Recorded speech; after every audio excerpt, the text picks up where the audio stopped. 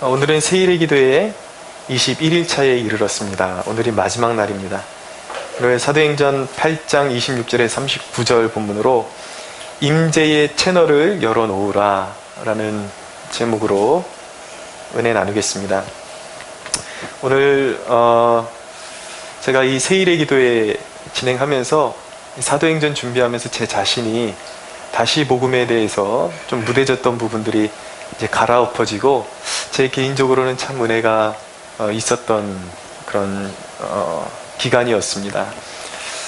여러분 느끼셨는지 모르겠지만 여러분들 후반으로 갈수록 특별히 어저께 우리 기도회가 그 어느 때보다도 뜨겁고 여러분들이 눈빛이 어저께는 초롱초롱해가지고 너무 다른 때랑 다르셨어요. 여러분 제가 하나님의 임재에 민감해지십시오 그런데 어제 우리에게 하나님이 그렇게 충만하게 임재해 주셨던 걸 여러분들 알고 계십니까 혹시? 알고 계십니까?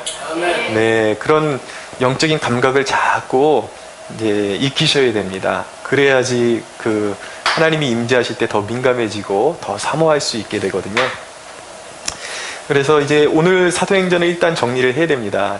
주일날 창세기를 나가고 있었기 때문에 다음 주부터는 다시 창세기를 나누고 이 뒤에 또 이렇게 너무나도 흥미진진한 그 말씀들이 많은데 사도행전을 여기서 접기가 참 너무 아쉬워서 창세기 끝난 다음에 후속편으로 더 이렇게 잘 준비해서 함께 나누도록 하겠습니다. 여러분, 하나님이 우리에게 가장 원하시는 삶은 무엇인가? 물론 우리가 밖에 나가서 하나님 나라를 확장시키는 것이 우리의 삶의 궁극적인 지향점이라고 말씀드렸지만 정말 하나님이 가장 우리에게 원하시는 정말 궁극적인 목적 중에 목적이 무엇이냐면 하나님과 가까이 사는 것입니다. 하나님과 더불어 사는 것입니다. 미가서 6장 8절에 보면 사람아 주께서 선한 것이 무엇인지 내게 보이셨나니 여호와께서 내게 구하시는 것은 오직 정의를 행하며 인자를 사랑하며 겸손하게 내 하나님과 함께 행하는 것이 아니냐라고 말씀합니다. 하나님은 어떤 사람에게 임재하시는가? 하나님을 가까이 하는 사람들에게 임재하십니다.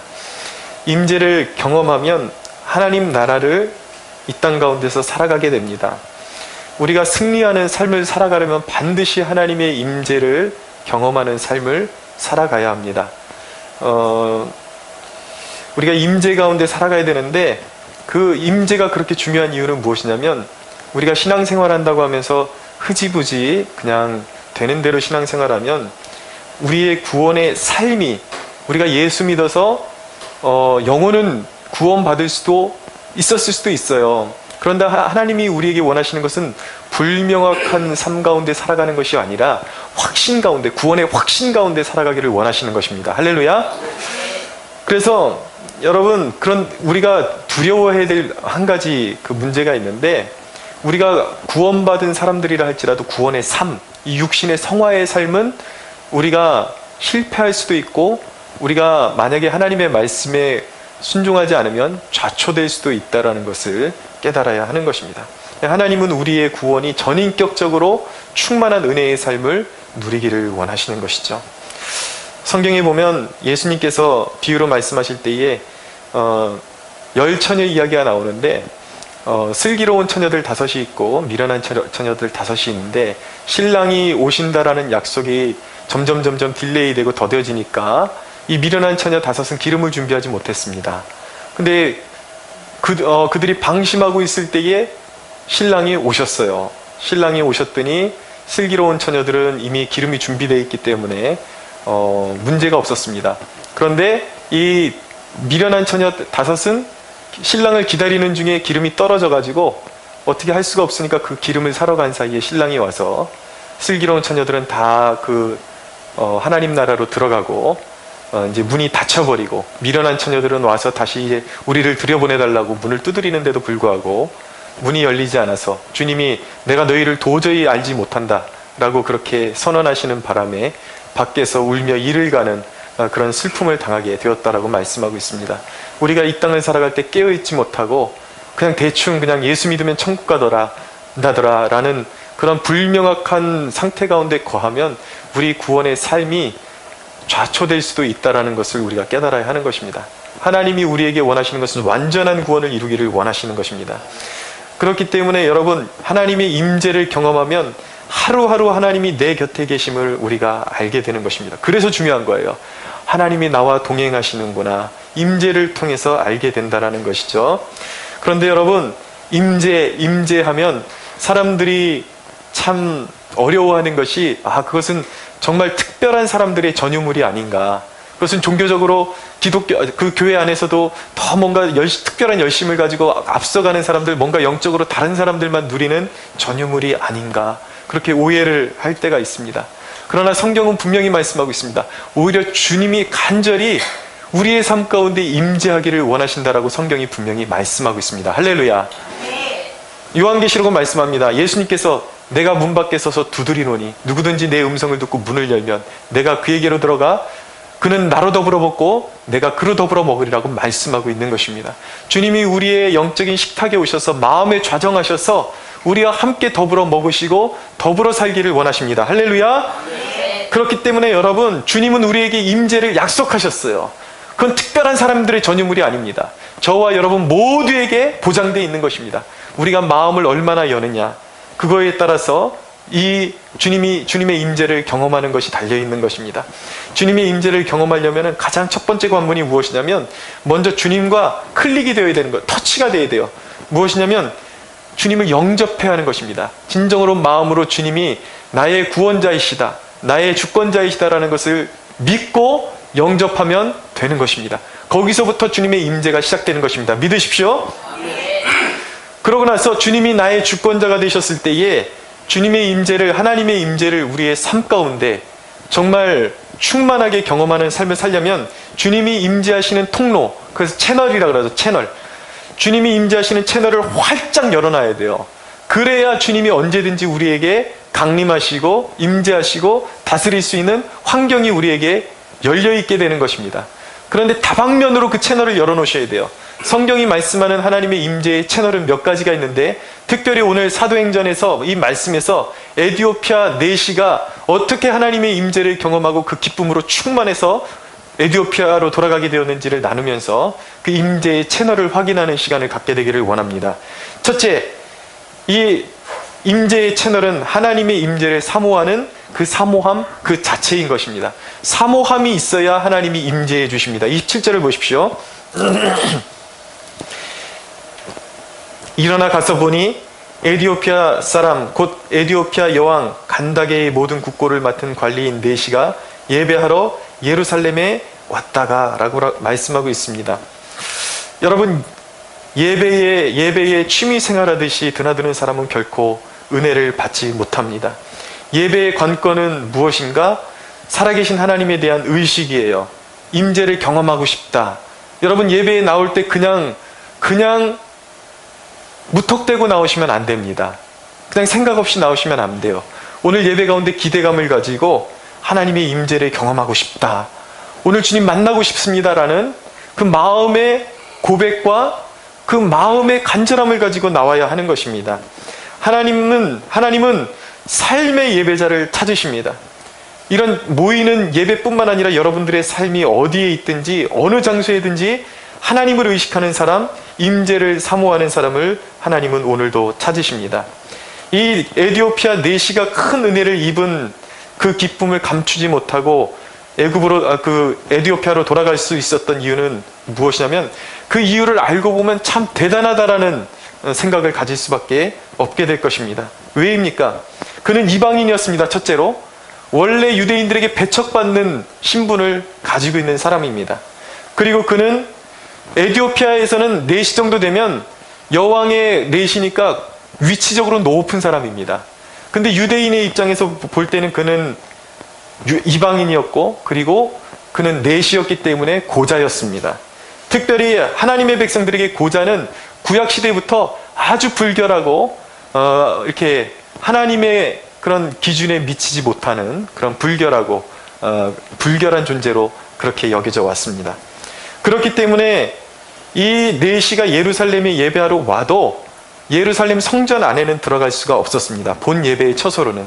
왜냐하면 그곳은 유대인들만 들어가는 곳이었고, 당시에 이방인들이 하나님을 예배하기 위해서는 이방인들이 예배하기 위한 이방인의 뜰이 따로 있었습니다. 불결한 자들, 이방인들, 그들은 본 예배의 처소로 들어오지도 못하고 이방인의 뜰에서 예배를 했어요. 그럼에도 불구하고 이 에디오피아 내시가 먼 길을 마다하지 않고 수레를 끌고 와서 하나님의 성전에 와서 예배에 참석했다라는 것이죠. 본 예배의 처소로 들어가지 못하고 이방인의 뜰에 머무를지라도 그는 예배하기를 너무나도 간절히 원했던 것입니다. 무엇이 그를 그렇게 먼 길을 마다하지 않고 그런 불편한 일을 감수하면서, 그리고 차별 대우 받으면서도 불구하고 그런 불리한 상황 가운데 예루살렘까지 오게 만들었냐는 것이에요. 그 이유가 무엇입니까? 그는 하나님의 임재를 사모했던 것입니다. 하나님의 영광이 나타나는 그 임재의 처소를 사모했던 것입니다. 여러분, 임재는 카타르시스가 아니에요. 대리만족, 어떤 신비 체험을 해서 내 기분이 좋아지는 것, 그것이 임재의 목적이 아니라, 왜 우리가 임재를 사모해야 되는가? 그 하나님의 임재가 바로 하나님이 우리를 통치하신다라는 사인이기 때문입니다. 할렐루야. 하나님의 통치예요. 하나님의 임재는 하나님이 우리를 다스리신다라는 강력한 사인인 것입니다. 그러므로 하나님의 백성들은 하나님의 임재를 목숨만큼이나 사모해야 하는 것입니다. 여러분, 사모한 만큼 하나님의 마음을 감동케 하는 것은 그 어떤 것도 없는 것입니다. 보십시오. 예수님을 찾아왔던 이 가나안 여인이 있었습니다. 가나안 여인이 귀신 들린 딸을 데리고 살고 있었는데, 자기의 그 귀신 들린 딸을 좀 고쳐달라고 주님께 그렇게 간구했습니다. 간절하게 그렇게 구했는데, 예수님께서 이 가나안 여인에게 모욕을 주십니다. 뭐라고 하셨는가? 자녀의 떡을 취하여 개들에게 던짐이 마땅하지 아니하니라 라고 주님께서 말씀하셨어요. 근데 이 여인이 그 말을 듣고 마음이 상심해서 돌아섰는가? 끝까지 은혜 받고자 하는 의지를 굽히지 않습니다. 뭐라고 대답했냐면, 주님 맞습니다. 주님 말이 맞지만, 우리는 개 같은 족속이 맞지만, 주님, 개들도 자기 주인의 상에서 떨어지는 부스러기라도 먹고 삽니다. 은혜를 베풀어 주십시오. 우리 가정에 임재해 주셔서 우리 딸을 고쳐 주십시오. 할렐루야. 네. 그렇게 말했을 때 주님이 감동되었습니다. 주님이 그 여인에게 더 이상 모욕을 주신 것이 아니라 뭐라고 말씀하셨냐면, 딸아, 내 믿음이 크도다 라고 말씀하셨습니다. 그리고 그 선언과 함께 그 딸이 귀신 들림에서 자유케 되고 고쳐지고 그 여인의 가정 가운데 구원이 이르는 놀라운 축복이 임했던 것입니다. 할렐루야. 네. 여러분, 이 사모함이 있어야 하는 것입니다. 여러분, 세상은 학벌이 딸리고 지위가 딸리면 외면합니다. 저리 가라 그래요. 나랑 어울릴 수 없다 그래요. 그러나 여러분, 사모함이 있는 자는, 정말 절대적인 사모함이 있는 자는 하나님의 상에서 결코 내침을 당하지 않습니다. 하나님은 사모함을 가지고 있는 백성을 끌어안으시고 반드시 그에게 임재하시고 하나님께서 예비하신 축복을 부어주시는 하나님이심을 믿으시기 바랍니다. 네. 여러분, 어디서든지 하나님의 임재를 사모함이 하나님의 임재를 여는 첫 관문임을 믿으시기 바랍니다. 두 번째로, 임재의 채널은 성경을 마음을 다해 읽는 것입니다. 28절을 보십시오. 돌아가는데 수레를 타고 선지자 이사야의 글을 읽더라 라고 말씀합니다. 여러분, 이 에디오피아 내시를 보십시오. 그의 사모함이 그의 삶 곳곳에 묻어나고 있습니다. 그가 예배를 드리고 돌아가는 중에도 그 임재와 은혜를 사모하는 그 마음을 가지고 그 이동 중에도 수레를 타고 시간을 허비하지 않고 하나님의 말씀을 읽고 있었다라는 사실, 여러분, 참 인상적인 대목입니다. 이방인이, 내시가 그의 마음이 너무나도 하나님의 임재의 사모함이 있었기 때문에, 은혜에 대한 굶주림이 있었기 때문에 이동하면서도 성경을 손에서 놓지 않고 있었다라는 것입니다. 제가 처음에 은혜 받았을 때에, 정말 주님을 인격적으로 만났을 때에 너무나도 주님을 알고 싶었습니다. 그래서 이 쪽 성경, 그 성경을 권별로 나누어 놓은 작은 성경이 있습니다. 지하철을 타고 다니면서 시간이 너무 아깝고 더 주님을 알고 싶고 그런 마음이 제 안에 있었기 때문에 그 작은 성경을 가지고 다니면서 그 지하철 안에서 성경을 읽었던 기억이 납니다. 당시에 가장 기억에 남는 그런 추억이 무엇이냐면 빌립보서를 읽으면서 얼마나 마음이 감동되든지요. 그 지하철에서 오고 가면서 읽으면서 그렇게 눈물을 펑펑 흘리고 그렇게 하나님 앞에 하나님의 임재에 머물러 있었던 그런 기억이 납니다.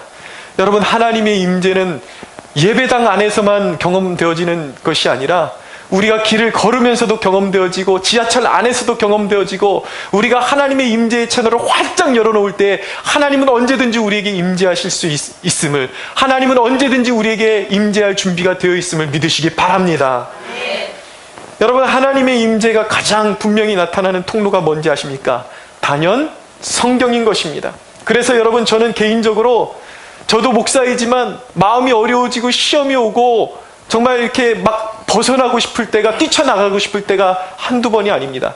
그럴 때 대개의 사람들은 기도의 줄도 놓고 성경도 놓고 다 내려놓습니다. 그런데 저는 이 하나님의 임재가 성경을 통해서 얼마나 강하게 나타나고 다스리신다라는 것을 알기 때문에 아무리 시험을 들어도 단 하루도 성경을 손에서 놓지 않습니다. 성경은 반드시 있습니다.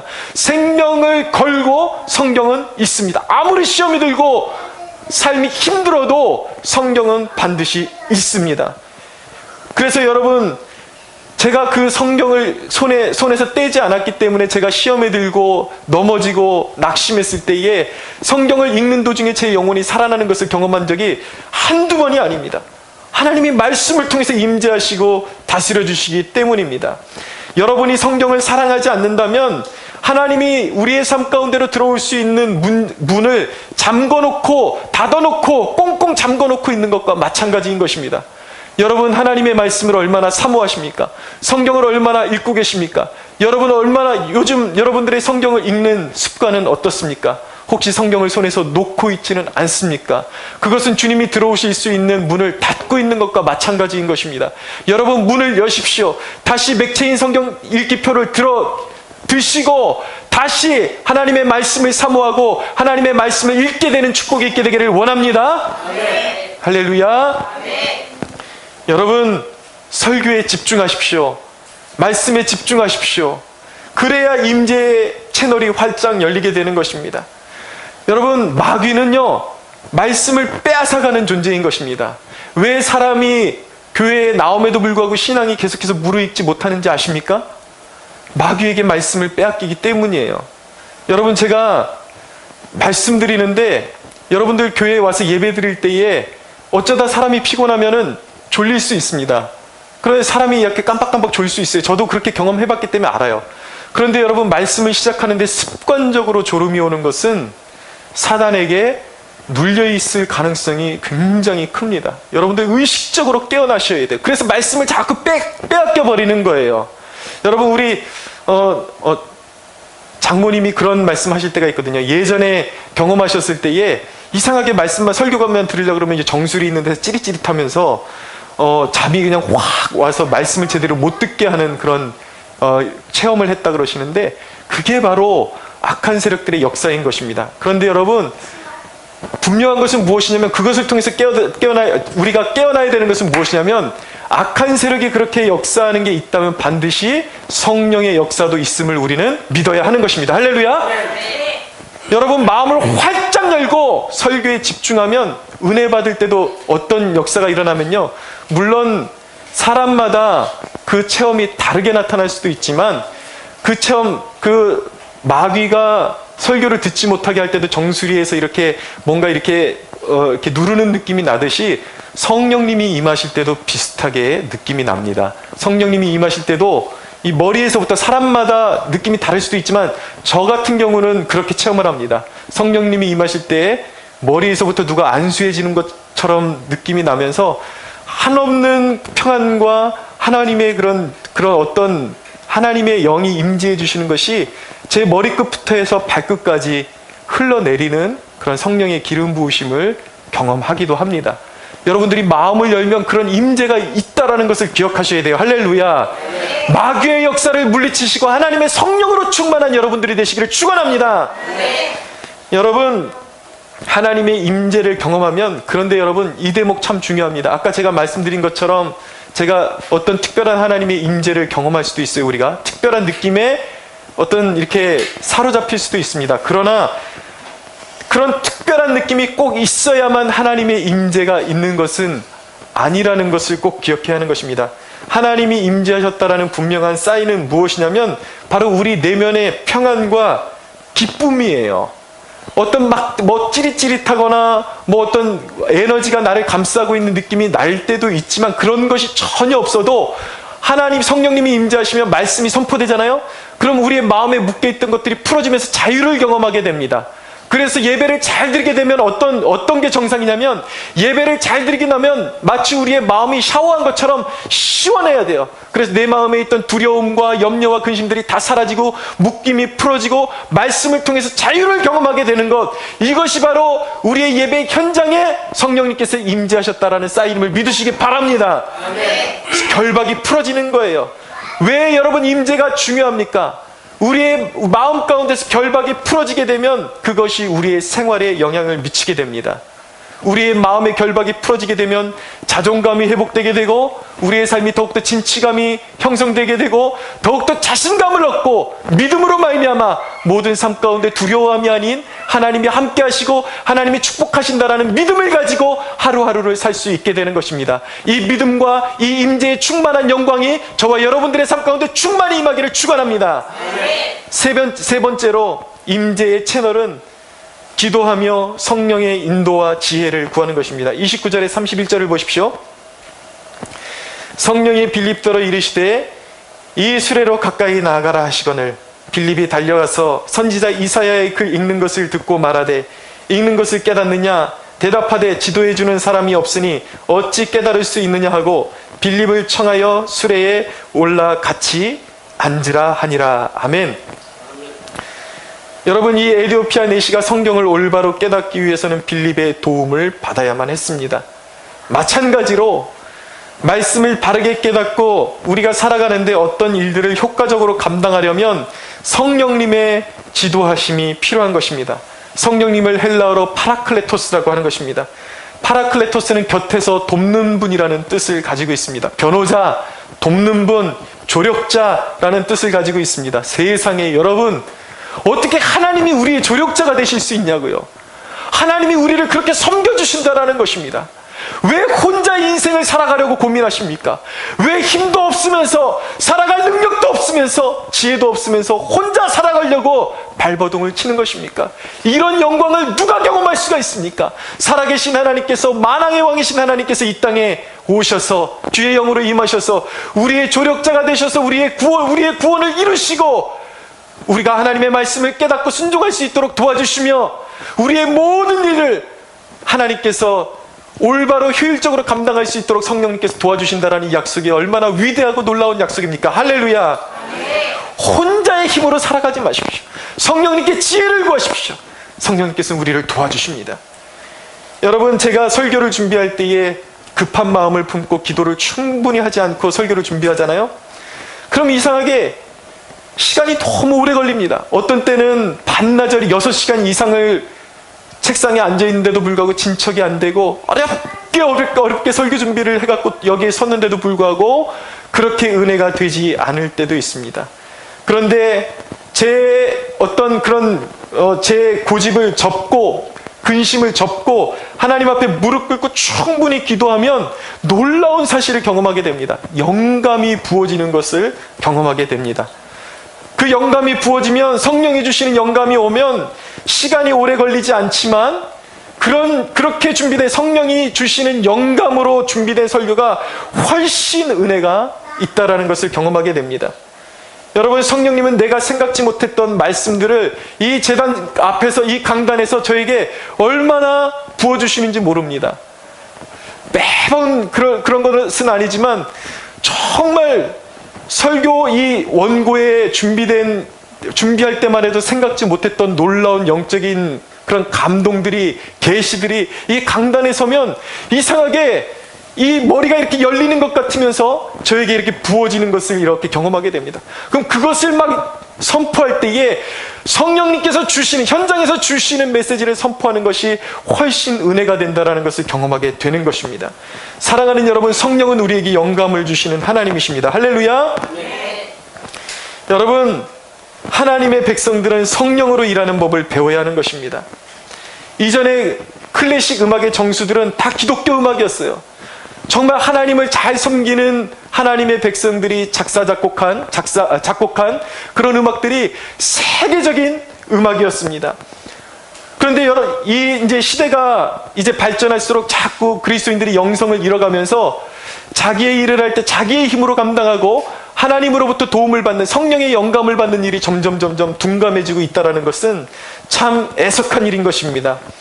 우리는 성령으로 일하는 법을 배워야 하는 것입니다. 영감으로 일하는 법을 배워야 하는 것입니다. 여러분, 세상 음악도 영감을 받는다라는 사실 아십니까? 제 말이 아니라 그것을 음악을 만든 사람들의 이야기입니다. 이 사탄적인 음악들 있잖아요. 세속적이고 그 작곡하는 사람들, 작사하는 사람들 이야기를 들어보면 자기들에게도 영감이 온다라는 거예요. 어디서 오는지 모르는데 이 머리가 열린다라는 거예요. 그 열리고 그것을 가사로 쓰고 곡으로 만들면 그것이 사탄이 주는 영감으로 곡을 쓰면 그 곡이 제일 쉽고 빠르게 히트한다라는 것입니다. 왜냐하면 그것이 타락해 있는 그 사람들의 감성을 가장 민감하게 이렇게 만져주기 때문이에요. 그래서 그런 곡을 들으면 인간의 마음 가운데 불안이 오고 사람이 성급해지고 음란하게 되는 것입니다. 그러나 성령으로 영감된 음악은 사람에게 평안을 줍니다. 회복을 주는 것입니다. 사랑하는 여러분, 하나님의 임재는 아까 말씀드렸듯이 단순한 카타르시스가 아니에요. 그것은 하나님의 통치이며 실제적인 하나님의 백성들을 향하신 하나님의 도우심임을 믿으시기 바랍니다. 네 번째로, 임재의 채널은 항상 그리스도가 날 위해 이루신 대속의 은혜를 마음에 품는 것입니다. 32절부터 보겠습니다. 32절부터 36절까지 읽겠습니다. 읽는 성경 구절은 이것이니 일렀을 때 그가 도살자에게로 가는 양과 같이 끌려갔고 털 깎는 자 앞에 있는 어린 양이 조용함과 같이 그의 입을 열지 아니하였도다. 그가 굴욕을 당했을 때 공정한 재판도 받지 못하였으니 누가 그의 세대를 말하리요. 그의 생명이 땅에서 빼앗김이로다 하였거늘 그 내시가 빌립에게 말하되 청컨대 내가 묻노니 선지자가 이 말한 것이 누구를 가리킴이냐, 자기를 가리킴이냐, 타인을 가리킴이냐. 빌립이 입을 열어 이 글에서 시작하여 예수를 가르쳐 복음을 전하니 길 가다가 물 있는 곳에 이르러 그 내시가 말하되 보라 물에 있으니 내가 세례를 받음에 무슨 거리낌이 있느냐. 할렐루야. 내시가, 에디오피아 내시가 빌립에게서 말씀의 해석을 듣고 그리스도에 관해서 깨닫고 기쁨을 감추지 못하고 세례를 받고 에디오피아로 돌아가게 되는 것입니다. 내시가 깨달았을 때에 구약에 고난받는 종이 바로 십자가에 달리신 예수 그리스도이셨구나, 예수님이셨구나. 그분이 나를 위해서 희생제물이 되셨고 나를 위해서 십자가에 달리셨구나라는 것을 깨달았습니다. 그때 그에게 성령이 임했고 그는 세례를 받았고 그리고 그는 기쁨을 감추지 못하고 하나님의 임재 가운데 충만해서 에디오피아로 돌아갈 수밖에 없었던 것입니다. 우린 다른 것에서 만족을 찾으려면 안 되는 것입니다. 여러분, 그리스도가 없이 우리의 모든 예배도 헛되고 헌신도 헛되다라는 사실을 기억하셔야 하는 것입니다. 그리스도께서 십자가의 죽으심으로 은혜의 문을 활짝 열어 놓으신 것입니다. 그래서 우리의 예배가 의미가 있어지는 것이고 우리의 헌신도 하나님께 연락이 되는 것입니다. 여러분, 우리의 마음이 굳어질 때에 마음의 만족이 사라졌을 때에 우리는 어디로 가야 하는 것입니까? 항상 십자가를 먼저 떠올리셔야 하는 것입니다. 십자가로 돌아가야 하는 것입니다. 여러분, 예수님을 마음에 품으십시오. 날마다 그분이 날 위해 행하신 일을 마음에 품으십시오. 할렐루야. 하나님의 임재는 항상 받은 은혜를 간직하고 품을 때에 내 마음, 여러분, 우리의 마음에 왜 만족함이 없는지 아십니까? 우리는 느끼지 못하지만 우리도 모르는 사이에 마음이 높아졌기 때문입니다. 교만이라는 놈이 우리의 마음을 장악하고 있기 때문에 작은 은혜에 감동이 안 되는 거예요. 그런데 여러분, 그때 자꾸 빨리 십자가로 돌아가셔야 돼요. 그 십자가를 바라볼 때 깨닫는 것이 무엇입니까? 내가 자격 없을 때에 주님이 자신의 피를 송두리째 쏟아서 나를 사주셨는데 내가 작은 것 하나 때문에 지금 이렇게 불평하고 있구나. 비로소 십자가를 바라볼 때에 내 마음의 교만을 깨닫고 얼른 그분 앞에서 내 마음의 굳은 마음을 내려놓고 그분 앞에 나갈 때 그분의 임재가 회복되고 우리의 굳은 마음이 녹아지게 되는 것입니다. 그럴 때 하나님의 임재가 회복되고 하나님의 은혜가 다시 우리의 삶을 다스리게 되는 것입니다. 할렐루야. 네. 다섯 번째입니다. 임재의 채널은 대화할 때도 사명을 위해 이 자리에 있다라는 의식을 가지십시오. 내가 왜 이 자리에 서 있는지 그 사명의식을 가지라는 것입니다. 베드로전서 4장 11절은 말씀합니다. 만일 누가 말하려면 하나님의 말씀을 하는 것 같이 하고 누가 봉사하려면 하나님이 공급하시는 힘으로 하는 것 같이 하라. 이는 범사의 예수 그리스도로 말미암아 하나님이 영광 받으시게 하려 함이라 라고 말씀합니다. 여러분, 사명의식이 있으면요, 그 사명의식은 우리 스스로를 조심케 만듭니다. 내 성격대로 할 때에 주님의 임재를 가로막는 것입니다. 불평을 쏟아내고 싶고 사람들에게 불만을 이야기하고 싶고 서운한 것 이야기하고 싶을 때에 내가 이 자리에 무엇 때문에 그 사람과 만나고 있는지를 기억하시라는 거예요. 내가 그 영혼을, 그 사람을 그냥 나를 서운하게 한 사람으로 보는 것이 아니라 나를 통해서 구원받아야 한 영혼으로 보게 된다면 말을 조심하게 되는 것이죠. 내 성질대로 하지 못하게 되는 것이죠. 그러면 여러분, 나를 내려놓고 주님을 의지하고 한 영혼을 우리가 추구하게 되면 그곳에 바로 주님의 임재가 나타나게 되는 것입니다. 믿으십시오.